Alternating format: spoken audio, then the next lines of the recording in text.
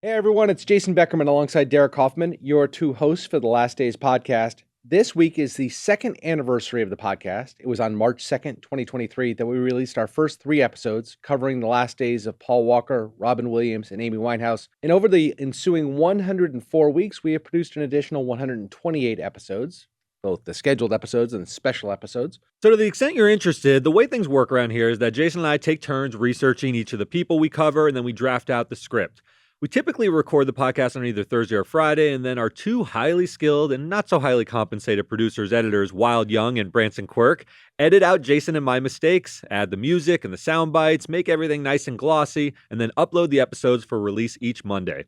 It's a lot of work for all of us, but it's a true labor of love. We learn a lot about the famous people we cover, and we try our best to bring you the information as concisely and accurately as possible. So thank you so much for coming on this journey with us. If you haven't done so already, please follow the podcast on Apple, Spotify, or anywhere else you get your podcasts. It's the best way you can support the work that we do. And be sure to give us your feedback and suggestions for future episodes, either in the comments section or by emailing us at lastdays@tmz.com. We're kicking off Season 3 today by featuring one of the most talented people we've ever covered on Last Days, and an absolute favorite of Derek's and mine, the inimitable Gregory Hines. Oh man, trouble, I don't mind him. You won't find him round my door. I got sweet dreams and I got starlight. I got my gal who could ask for anything more. Who could ask for anything?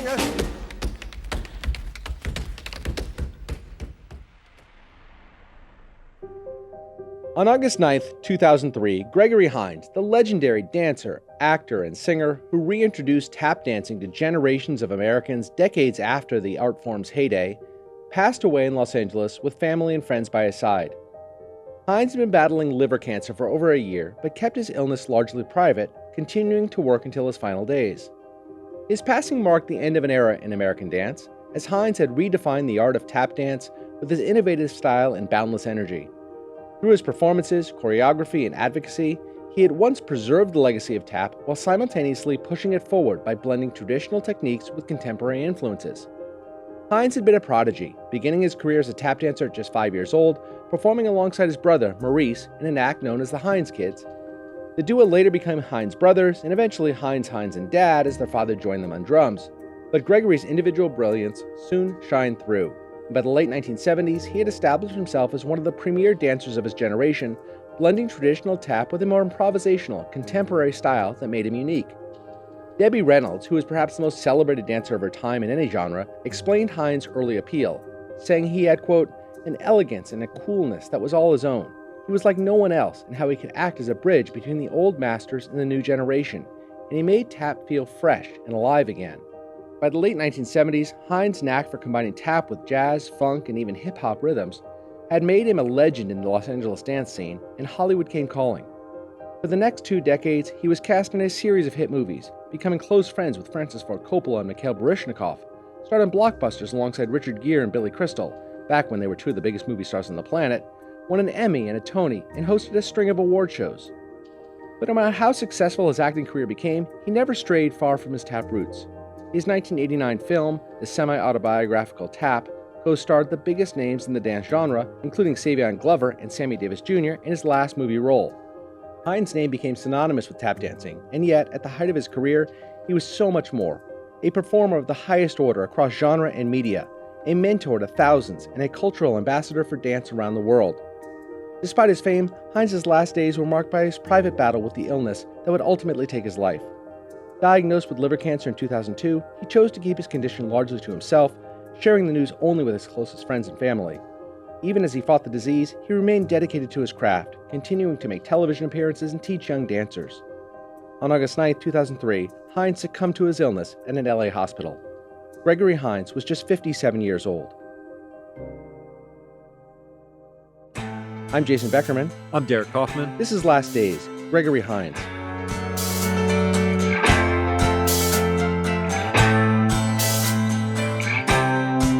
As great a performer as Gregory Hines was, those who knew him best reflected on his death less on his physical abilities than on the extraordinary person he was.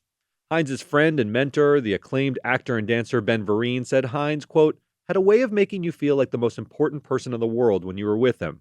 And Billy Crystal, who developed a lifelong friendship with Hines after they co-starred together in 1986's Running Scared, described him as, quote, one of the most talented people I've ever worked with, but more importantly, he was one of the kindest. He made you laugh, he made you feel at ease, and he made magic when he performed. But no person was more impacted by Gregory Hines' life and career than Savion Glover. Like Hines before him, Glover was a tap prodigy and grew up with the expectations of stardom thrust upon him. Hines, who worked with thousands of aspiring tap dancers throughout his life, saw Glover was special and took him under his wing, eventually calling Glover, quote, possibly the best tap dancer who ever lived. And Glover was equally effusive in return, saying, quote, I don't dance without thinking about Gregory. Everything I do is because of what he taught me. What Hines admired most about Glover as a tap dancer was his willingness to defy conventions to push the art form forward. Hines once said, quote, it's an honor to be mentioned alongside the greats, but I don't want the way I dance to be compared to them. I want to do me. Hines' fixation on boundary pushing was a lifelong obsession for him, born out of his father, Maurice Hines Sr.'s insistence that Hines practice an old-school style of tap rooted in the traditions of legendary dancers like Bill Bojangles Robinson and the Nicholas brothers, with intricate rhythms and showmanship of classic tap dancing. But as Hines developed his own artistic voice, he pushed back against the rigid structure imposed by his father. This allowed Hines to mature as an artist, but also led to an estrangement between the two men that ultimately led to Hines leaving New York and moving to Los Angeles. It was in the early 1970s, and Hines quickly took to the lifestyle, becoming a self-described hippie who busked on the street corners to pay the rent. But Hines' talent was unmistakable, and he soon found work as a tap dancer in small jazz clubs before being cast in a number of small television and film roles. After years of toiling and barely making ends meet, Hines was cast in the lead role of a Broadway musical called Eubie. The performance earned Hines a Tony nomination, but more importantly, it caught the eye of actress Madeline Kahn, who attended the musical one night. Kahn was at the time preparing to start shooting Mel Brooks' slapstick comedy, History of the World Part 1, co-starring Richard Pryor. A few weeks later, however, Pryor famously lit himself on fire and had to drop out of the role, and Kahn went to Brooks and told him about a little-known stage actor she'd seen. She said, quote, he could do a lot better Richard Pryor than even Richard Pryor could do. Within days, Brooks had cast Hines as Josephus, the rebellious Jewish slave who keeps getting himself into and out of trouble with the Roman army. What is this with lions? I can't go to the lions. I cannot go to the lions. Oh, no, because I happen to know that the lions only eat Christians. And I am a Jew. Jewish person. Yes, I can prove it. Watch this. Look at it. Hava, Nagila, Hava, Nagila, Hava, Nagila, Nishva. Everybody. Hava, Nagila, Hava, Nagila, Hava, Nagila, Hava. Derek, this movie means a lot to me. Back in the days of VHS tapes where you could rent them, but there were all these little safeguards in place so you couldn't copy them. My best friend, mom, had a bootleg version of this movie. Yes. And we probably watched it, at least parts of it, I'm no exaggeration, 60, 65 times. And it stands up. It's hilarious. I knew every line, the most famous line, it's good to be the king, Yes. which is Mel Brooks says. The movie would never be made today. I was watching clips of it in preparation for the podcast. It is so misogynistic. Yes. Mel Brooks plays the king and he just keeps sexually assaulting women and then turns to the camera and says, it's good to be the king. Yes. But for an 8-year-old boy or whatever, when I first saw it, it was everything. It's such a fantastic movie. Sexual assaults aside. Those movies when you're a kid are so great too because they're so densely packed with Yes. jokes. It's like my generation's was probably like the Naked Gun movies. You're just watching joke after joke, and some of them are so juvenile, but it just washes over you. And what I think about is Gregory Hines in those movies, this guy was a tap dancer, and to perform well in a comedy movie like that and show those kind of chops is no easy task. It was his It's not first a role. dramatic role. And You just have to be able to deliver and timing. And Madeline Kahn was right. If you watch Hines' performance in this, he's doing Richard Pryor. Yeah. He's basically just channeling Richard Pryor. I think that's what he was hired for, right? Pryor dropped out. We talked about it in the Richard Pryor episode. He lit himself on fire, smoking, crack cocaine, the whole thing. And so he lights himself on fire. He can't do the role. They bring in Gregory Hines and you're replacing Richard Pryor, which I'm sure is a tremendous amount of pressure. Seems like an impossible task. Yeah. And he's just doing his best Richard Pryor impression. The sound clip we played, it's the whole thing is hilarious. It still holds up from a comedic standpoint. Again, putting aside the lack of wokeness in the movie. Yeah, it's tough to get it made today. We'll say that. Notwithstanding its lack of wokeness, as I said, the movie became a cult classic and Hines' performance stole the show. and his transition from a fringe tap dancer to mainstream Hollywood stardom was underway. Over the next 10 years, Hines was cast in one big-budget movie after another, often in roles showcasing his dancing abilities, including Francis Ford Coppola's The Cotton Club in 1984 with Richard Gere, and the musical drama White Knight in 1985, opposite ballet legend Mikhail Baryshnikov. Hines' next role, the first for which he wouldn't be required to dance, was the big-budget buddy cop action comedy Running Scared in 1986, opposite Billy Crystal in his first movie since he had left SNL. It hurts, doesn't it? 16 good years in the force, and I get it from another cop. Which one did it to you? Tony, I think. I'll get him for you, don't worry. If it's bad, you go to Florida without me. You all right? Just promise me you'll go without me. All right, I promise I'll go without you. You'd go without me? You just asked me to go without you. Without me? You son of a bitch. Where's my gun? I'll kill you first. Over the next decade, Hines continued to solidify his place as one of the great multi-talented entertainers of his era, starring in feature films, TV shows, and stage musicals, banking 6 Emmy and 4 Tony nominations, and ultimately winning a Tony in 1992 for his portrayal of jazz legend Jelly Roll Morton in Jelly's Last Jam. His name became synonymous with tap dancing. His performances elevated tap to new heights and made it more accessible to mainstream audiences. He became a mentor and advocate for the next generation of tap dancers, ensuring the art form would continue to thrive. Savion Glover described him as, quote, the gatekeeper of tap. Whether in films like The Cotton Club or Tap, on Broadway, or even in casual moments on talk shows, Hines made tap feel fresh, exciting, and essential. Jason, this is the point I agree with you most about. When I was growing up, I was shown classic movies by from my grandfather. He showed me a lot of Fred Astaire and a lot of Gene Kelly. And there's, to take nothing away from those two men, they were the early tap gods. And they were in feature films. Gene Kelly was very athletic. Fred Astaire was very elegant. But it always seemed old-fashioned and rigid. And even people who tell stories about working on movies with them would say how exacting both men were about tap is a form of art, and you have to stay within certain boundaries. What was awesome about Gregory Hines was he looked effortless and cool doing it. And he didn't look like he was as studied and as measured. There was a freeness to it. It really was a lot of flourish, and that made him much cooler than those guys could ever be in my mind. And when he's in a movie like Running Scared, he just had an essence, an aura about him that was cool to be around. If you can hang with Billy Crystal in a comedy, you've got it. I'm so glad you brought up the history of tap. I really went into a deep dive on a lot of this stuff. It's got this incredibly unique history. It grew up on the southern plantations, pre-Civil War southern plantations, where you had, obviously, slaves alongside poor Irish immigrants. Now, they were not enslaved. Obviously, they could leave, but at the same time, they were working next to the slaves on the plantation fields. It's a cheap labor in addition to the slaves. They supplemented the slave labor they had. Right. And so they'd work side by side. The African slaves, the black slaves, they weren't allowed percussive instruments usually. Gregory Hines talks about this. And so they made do by learning to stomp their feet, and they created that percussion. The Irish immigrants who were working next to them said this is a lot like clog dancing, which is obviously river dance and that whole thing.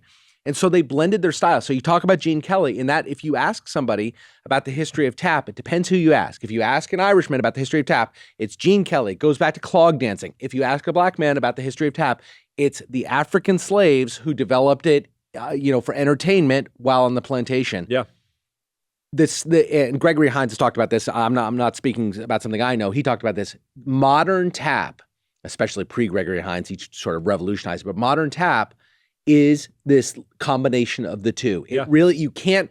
He said there's a lot of sort of weight behind the black perspective that it's a slave's dance they invented. He goes, you can't just completely eliminate the influence of the Irish immigrant and vice versa. It's a uniquely American dance in that way, but it came from both sources. And to his credit, Gregory Hines wasn't out there saying Gene Kelly and Fred Astaire culturally appropriated music that was from my people. That wasn't who Gregory Hines was. He was a sort of uniter. Yes. He was celebrating all of it. He said it's actually a tradition that blends all of these things. We're in a very different moment in time politically where everyone's run to their corners and you hear a lot of cultural appropriation. It was sort of refreshing. Gregory Hines was like, this is part our art form, part their art form, and I'm just carrying that tradition forward. There was a great story that Hines tells, and it's a legendary story in tap circles, but there was the great early pioneer of tap. It was born a free man by the name of Juba Lane, and there was an Irish guy by the name of Jack Diamond, and they were considered the two great tap dancers of their era. And so a promoter got them together and basically, we can make a lot of money. They both lived in New York, and we can make a lot of money. And so they would travel around doing these faux competitions, and they would have it, and they sort of exploited the racial disparity between them, and they would go into, they could only perform in these clubs, like in places like Harlem, like the Cotton Club and otherwise, that were exclusively to white audiences. And it was the only place that a black performer could perform in front of a white audience at places like this. And so they would get together and they would stage these competitions, and they would have people sort of wager on who was going to win the competition with judges. Wow. But the whole thing was cooked. But it was this really interesting, but it also developed the genre, took it out of the South, brought it north. And then, later moves forward and it's got a Broadway element, a vaudeville element. It's all coming together. And it's because of really this promoter who got Juba Lane and Jack Diamond together for this kind of racial battle over tap dancing. Oh, I love that. I know that in the mid-1800s, 1840, there was a great dancer, William Henry Lane, who was also known as Juba. He was a sensational dancer, and he had been a slave, and he was a free man, and he was dancing. Then there was John Diamond, who was a great clog dancer from Ireland. And these two men joined up, and they would travel the country, challenging each other with the dance and showing audiences both sides of dance. So yeah, Derek, by the late 19th and early 20th centuries, tap had become a staple of shows from Harlem to vaudeville, eventually making its way to Broadway, as we discussed. With dancers adding increasing complexity and improvisation, it really became sort of the art form of the early part of the 20th century. Yeah, and really the greatness of Gregory Hines was that he inherited that legacy, but then had the audacity to infuse it with a modern sensibility that bridged the gap between tradition and contemporary performance. He abandoned choreographed routines, improvised his steps, and allowed his movements to express raw emotion and spontaneity, giving it a fresh, unpredictable energy that resonated with younger audiences and expanded its artistic possibilities. Throughout the 1990s, Hines continued working at a feverish pace. He released an album, had a short-lived sitcom on CBS called The Gregory Hines Show, and made guest appearances on Will and Grace, while continuing to serve as tap dancing's greatest ambassador. And even after his cancer diagnosis in 2002, and despite undergoing treatment, he continued working for as long as he could, demonstrating the same determination and passion that had defined his career. In his final months, Hines withdrew from the public spotlight to focus on his health and spend time with his loved ones. His publicist would later say that he maintained his characteristic warmth and spirit even in his final days. When you think of tap dancing, you think of Gregory Hines. And when you think of Gregory Hines, you think of tap dancing. There's perhaps no entertainer in history more closely identified with a specific genre of art than Gregory Hines is identified with tap dancing. And Hines embraced this role, saying, quote, "I don't just want to be a tap dancer. I want to be the tap dancer." And he was. And so it is only fitting to let Gregory Hines have the final word. Through the art form he worked his whole life to perfect.